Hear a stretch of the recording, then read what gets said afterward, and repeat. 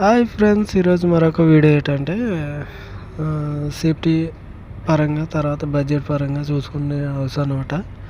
అయితే తక్కువ బడ్జెట్లో మనకి ఇల్లు అయిపోవాలి అనుకునేవారు చాలామంది. నేను చూసినట్టు మటుకి రేకులు అనేది షెల్టర్ అనేది వేసుకోవడం జరుగుతుంది. దీంట్లో అయితే నాకు బడ్జెట్ పరంగా అయితే పర్వాలేదు, ఎందుకంటే తక్కువ ఖర్చుతో మనకి ఈజీగా అనేది అయిపోతుంది అనమాట ఖర్చు. అయితే దీంట్లో నేను గమనించింది ఏంటంటే ఎండాకాలం అయితే కొద్దిగా ఇబ్బంది అనిపిస్తుంది, ఎందుకంటే చాలా హెవీగా వస్తుంది అన్నమాట హీట్ అనేది. తర్వాత వర్షాకాలం గమనించింది ఏంటంటే, అంటే ఇప్పుడు మన స్క్రూలు వేస్తాం కదా, ఆ స్క్రూల దగ్గర సేఫ్టీ రబ్బర్ అనేది డ్రిల్ మిషన్తో వేసేటప్పుడు సేఫ్టీ రబ్బర్ అనేది పోయి అక్కడ హోల్ అనేది పడుతుంది. ఆ హోల్ దగ్గర మాత్రం కొద్దిగా వాటర్ లీకేజ్ అనేది రావడం జరుగుతుంది అనమాట.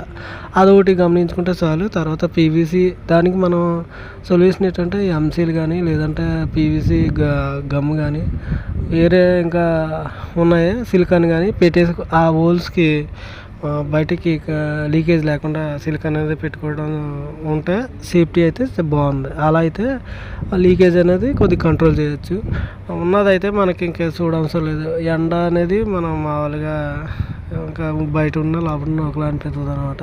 అయితే వర్షాకాలం నేను గమనించింది ఇంకా అలా ఇదే ఆ సేఫ్టీ రబ్బర్ పోవడంతో మనకి వాటర్ అనేది లీకేజ్ ఎక్కువ రావడం జరుగుతుంది అనమాట. అయితే ఇప్పుడు మనం అది చూసుకోకుండా సీలింగ్ మనం కట్టుకున్న ఇల్లుకి సీలింగ్ అనేది వేసుకున్నామంటే ఆ వాటర్ లీకేజ్ వల్ల ఆ సీలింగ్ అనేది పాడైపోవడం, తర్వాత వేస్ట్ ఖర్చు అవుతుంది. ఎందుకంటే మొత్తం ఆ సీలింగ్ నానిపోయిందంటే అది పిండిలా అయిపోయి కింద పడిపోవడం జరుగుతుంది అనమాట. అంటే ముందుగా గమనించుకుంటారనేసి ఈ వీడియో చేయడం జరుగుతుంది అనమాట. మెయిన్ ఏంటంటే నేను ఎక్కువ ఇది వీడియో చేయడానికి అయితే రీజన్ అయితే ఈ వాటర్ కారిపోవడం వల్ల అనేది, అంటే అక్కడక్కడ కూడా మనకి హోల్స్ అనేవి ఉండడం వల్ల కూడా మనకి ఎక్కువ లీకేజ్ వస్తుంది అనమాట. Okay, see you tomorrow, bye friends.